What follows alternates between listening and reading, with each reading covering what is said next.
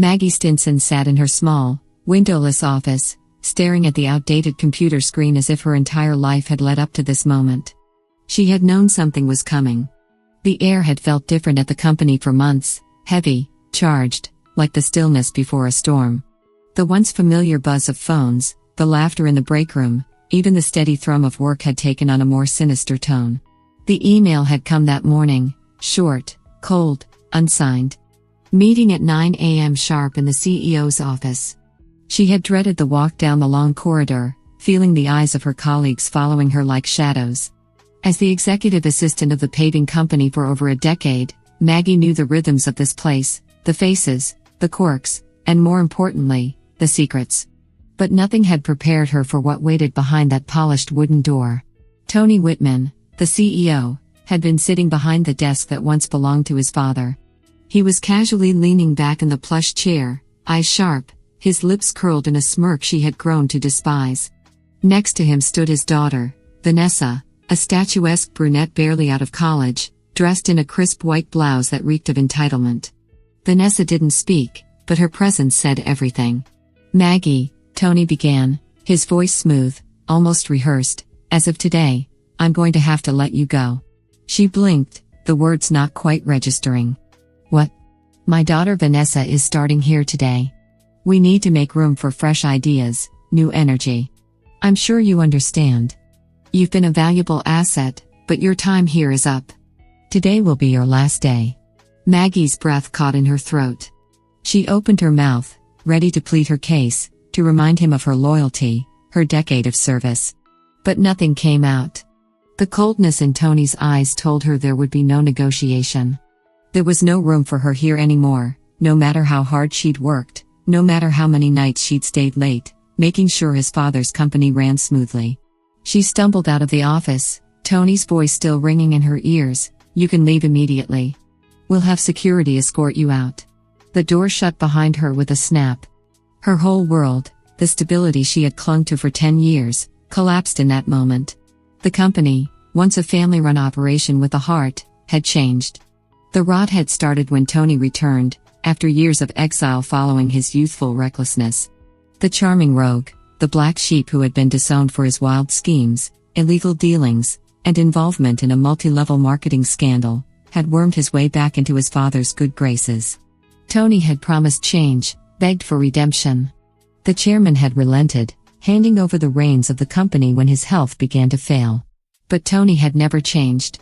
And everyone, especially Maggie, had watched in horror as he dragged the company down into the mud with him. Maggie wandered through the parking lot in a daze. The world outside hadn't changed, the sun still shone, and cars still hummed along the busy road. But inside, Maggie's life had shifted dramatically. She felt hollow, cast aside like an old relic. A bitter taste filled her mouth as she thought of Tony's smug face. The memory of his father, Edward Whitman, lingered in her mind, how he had built this company from the ground up, how he had once treated his employees like family. She couldn't shake the sense of betrayal. Maggie had stood by the Whitmans, had supported them through every twist and turn, even when Tony had returned like a prodigal son, dragging the weight of his tarnished reputation behind him. Edward's decision to bring Tony back had been met with resistance, particularly from Andrea, the site manager, and Edward's trusted ally. Andrea had fought hard for the company, working alongside Maggie to keep things running smoothly despite Tony's disruptive presence. She had been vocal about her concerns from the beginning, warning Edward that Tony wasn't ready to lead. But Edward's heart had softened, blinded by fatherly love and the illness that was slowly eating away at him. Maggie could still hear Andrea's voice from that day in the boardroom. "He's reckless, Edward. He'll destroy everything you've built." Edward had brushed her off. "Give him a chance, Andrea. He's my son." And so, they had given him a chance that had led to disaster. Tony's leadership had been chaotic from the start. He had misused company funds, treated employees with disdain, and made decisions that were more about self-indulgence than the good of the company. The once thriving atmosphere had turned toxic, and people started leaving, unable to stomach Tony's arrogance and disrespect. Maggie's phone buzzed in her pocket, snapping her out of her thoughts. It was Andrea. Maggie hesitated for a moment before answering. "Are you all right?" Andrea's voice was low, filled with concern. I don't even know where to start, Maggie replied, her voice shaking. Tony fired me. His daughter's taking my place. There was a long pause on the other end. I knew this was coming, Andrea finally said. He's been trying to push anyone loyal to his father out. He needs to surround himself with people who won't question him. I confronted him about the expenses, Maggie said, the frustration rising in her voice. He's been using company money for personal things, Andrea. I couldn't just stand by anymore. I know. He's been doing the same thing to the crew. Threatening them, making them cut corners to save money. It's not just about the paving business anymore, it's about control. Maggie felt a surge of anger. We can't let him get away with this. We won't, Andrea replied, her voice steely. We need to talk. Meet me at the diner tonight. There's something I need to tell you. Maggie agreed, hanging up and feeling a flicker of hope. She wasn't alone in this fight. Andrea was still in her corner, and maybe, just maybe, they could do something to stop Tony before it was too late. The diner was nearly empty when Maggie arrived that evening. She spotted Andrea sitting in a booth at the back, her face serious, her fingers drumming impatiently on the table. Andrea was a strong woman, tough, unyielding, the backbone of the company in many ways. She had been with Edward from the early days, building the company from a small operation to the regional success it had become. Now, she looked like someone who had seen too much, carried too many burdens. Maggie slid into the seat across from her. What's going on? Andrea didn't waste time. Tony isn't the real president. Maggie blinked, taken aback. What do you mean? He's been using the title, sure, but legally, he's not in charge. Edward never finalized the paperwork to make Tony the president. Officially, Edward's still the representative director. Tony has been acting like he's in control, but he has no legal authority. Maggie stared at her, processing the information. So, what does that mean for the company? Andrea leaned in closer. It means we still have a chance to stop him. Edward's been too ill to deal with the day-to-day, but he didn't give Tony full control. If we act now, we can expose what Tony's been doing before he causes even more damage. Maggie felt a rush of adrenaline. But how do we prove it? How do we take him down? Andrea smiled grimly. We've already started. I've been gathering evidence, misappropriation of funds, falsified reports, even some of the threats he's made to the workers. But we need to move fast. If Edward's condition worsens, Tony will push to finalize the transition and get full control. Maggie felt a spark of hope. I'm in. Whatever you need, I'll help. Andrea nodded. Good. We're going to need all the help we can get. Tony's not going to go down without a fight.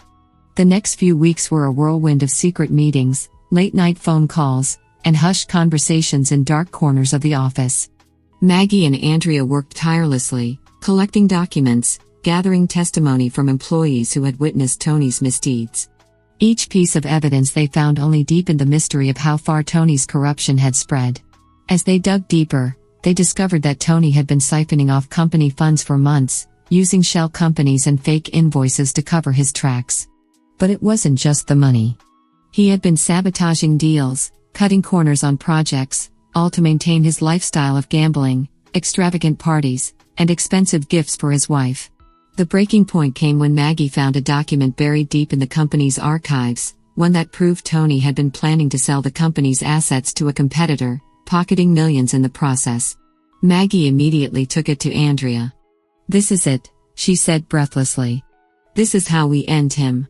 Andrea's eyes lit up with determination. We need to get this to Edward. But when they arrived at Edward's estate later that day, they were greeted by a grim-faced butler. Mr. Whitman isn't taking any visitors, he said quietly. Maggie's heart sank. Edward's condition had worsened, and it was clear he didn't have much time left. But they couldn't wait any longer. If Tony finalized the takeover, there would be nothing left to save. They were running out of time. The moment Maggie had been dreading came the next day. Tony, standing in front of the entire board of directors, his voice dripping with confidence, declared himself the rightful president of the company. He spoke of progress, of innovation, of a new era for the business. Maggie stood in the back of the room, her hands clenched into fists. She could see the smirks on the faces of Tony's cronies, the people he had brought in to replace the loyal employees who had served Edward faithfully. But then, as Tony finished his speech, Andrea stood up. "That's enough, Tony," she said, her voice ringing out across the room. Tony's face darkened. "What are you doing, Andrea?" Andrea held up the document Maggie had found. "I think you've forgotten one important thing. You're not the president. Legally, you've never been." The room fell silent, all eyes turning toward Andrea. Tony's smug expression faltered, a flicker of uncertainty crossing his face. "What the hell are you talking about?" He spat, his voice losing its earlier bravado. Andrea held her ground. "I'm talking about the fact that you've been operating under a lie. Edward never finalized the paperwork to transfer the presidency to you. Officially, you're still just a figurehead. Any decisions you've made, any orders you've given, they're all illegitimate." Gasps rippled through the room. The board members exchanged uneasy glances, the confidence in Tony's leadership visibly crumbling. Maggie watched as Tony's face flushed with anger, the mask of control slipping. "You're bluffing," Tony hissed, stepping toward Andrea, his fists clenched. "You don't have proof of anything." Andrea raised an eyebrow, unshaken. "Oh, I have more than proof." She turned toward the projection screen at the front of the room and motioned to Maggie, who stood by the controls. Maggie hesitated only for a second before pressing a button, and the screen lit up with scanned documents, Tony's fraudulent dealings, the shell companies, the falsified financial reports. Everything they had gathered over the last few weeks was laid bare for everyone to see. The room erupted into chaos. Board members shouted questions, voices overlapping as they struggled to make sense of what was happening. Tony's face had gone white, and for the first time, he seemed truly afraid. "You think this is going to stop me?" he barked, his voice rising with desperation. "You think anyone in this room cares about those documents? I'm the future of this company. Enough." A voice boomed from the back of the room. The room fell silent again as all eyes turned to the doorway. Edward Whitman, frail and hunched over, stood leaning on a cane. His presence alone seemed to command respect, and Maggie felt a wave of emotion seeing him there. Despite his illness, despite everything, Edward had come to face the mess his son had made. Tony looked stunned, frozen in place. "Dad. You shouldn't be here." Edward slowly made his way toward the front of the room, each step labored but deliberate. When he reached the center, he stopped and looked directly at his son. "You've done enough damage, Tony," Edward said quietly, his voice heavy with disappointment. "I gave you a chance to prove yourself, to show that you had changed. But all you've done is destroy everything I built. You lied to me, to this company, and to yourself." Tony's face twisted in anger. "I did what had to be done. You were too weak to take this company into the future. I'm the only one who can." "No," Edward interrupted, his voice sharp. "You're not. And you never were." The weight of his words hung in the air, final and unforgiving. Maggie saw the anger drain from Tony's face, replaced by something else, panic. He looked around the room, but there was no one left to defend him. The board members, who had once supported him out of fear or self-interest, now sat in stunned silence, their loyalty evaporating. Edward turned to Andrea and Maggie. "I'm sorry it took me so long to see what was happening," he said, his voice soft but sincere. "I should have listened to you both. I should have stopped this before it went so far." Andrea nodded, her eyes softening. "It's not too late, Edward. We can still make things right." Maggie felt a surge of relief. Edward's presence alone was enough to turn the tide. The room seemed to shift, the power Tony had wielded evaporating in the face of his father's quiet authority. But Tony wasn't finished. "You think you can just walk in here and take everything from me?" Tony growled, his voice shaking with rage. "You think this is over? I'm not going down like this." He lunged for the documents on the table, his desperation boiling over.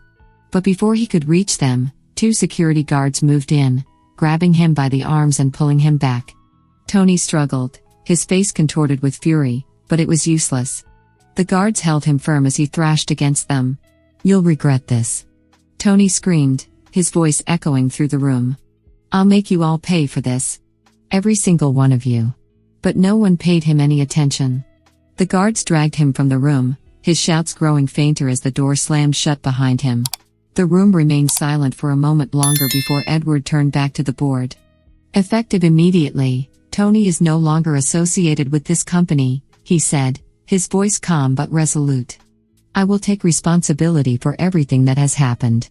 And I will ensure that the people who truly care about this business are the ones who lead it into the future.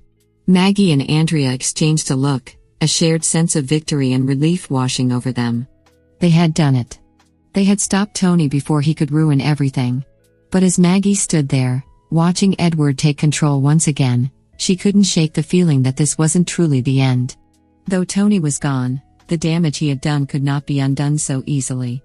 Over the next few weeks, the reality of the situation became clear. The company was bleeding money. Tony's mismanagement had left the business in a fragile state, and even with Edward and Andrea's efforts to stabilize things, it became apparent that the damage might be too deep to repair. The employees, those who had stayed loyal, who had weathered the storm, watched anxiously as the financial reports rolled in, each more dire than the last. Vendors began pulling out, longtime clients hesitated to renew contracts, and the company's reputation, once sterling, had been tarnished beyond recognition. Edward, weakened by his illness, could only do so much. He called for an emergency meeting with the board, and it was there that the final blow was delivered. We don't have a choice, Edward said, his voice thick with regret. The company is too far gone. I'm afraid we have to close our doors. The announcement hit like a tidal wave. Maggie sat in the back of the room, her heart sinking. She had hoped, despite everything, that they could salvage what was left. But the truth was undeniable.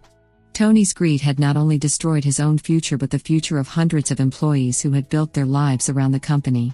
After the meeting, Maggie stood outside in the cool evening air, watching as employees filed out, their faces marked with disbelief, anger, and sadness.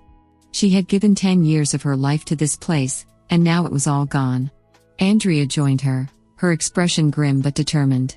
It's not over yet. Maggie looked at her, confused. What do you mean? We're not going to let Tony's actions be the end of us. Edward and I have been talking. We're starting a new company, something small, but built on the values we used to have. Integrity. Respect. Family. And we want you to be part of it. Maggie felt a rush of gratitude, a small spark of hope in the darkness. Really? Andrea nodded. We need people like you, Maggie. People who care. Maggie smiled, the weight of the last few weeks lifting just a little. I'm in. Meanwhile, Tony's life had fallen apart in the aftermath of his public disgrace. His wife, Camille, who had once basked in the luxury and power his position afforded her, found herself embroiled in the legal consequences of Tony's misdeeds. The couple was soon entangled in a series of lawsuits, facing charges for embezzlement and fraud. Camille, who had turned a blind eye to Tony's growing corruption for years, now realized the extent of his recklessness. She left him, filing for divorce and distancing herself from the wreckage he had created. Tony, once a man who believed he could manipulate anyone and anything, now found himself alone, shunned by his former friends and associates. He had lost everything, his family, his wealth, and his reputation. The legal system would soon take whatever remained. Months passed, and the dust settled. The old company was gone, but in its place, Andrea, Maggie, and a handful of former employees built something new. The new company, though small, thrived on the values that had been lost in Tony's era of greed. It was more than a business, it was a family again. Maggie stood in the office one evening, looking out at the small but bustling workspace. She smiled, feeling a sense of peace and purpose she hadn't felt in years. The ghosts of the past had been laid to rest, and in their place was something stronger, something true.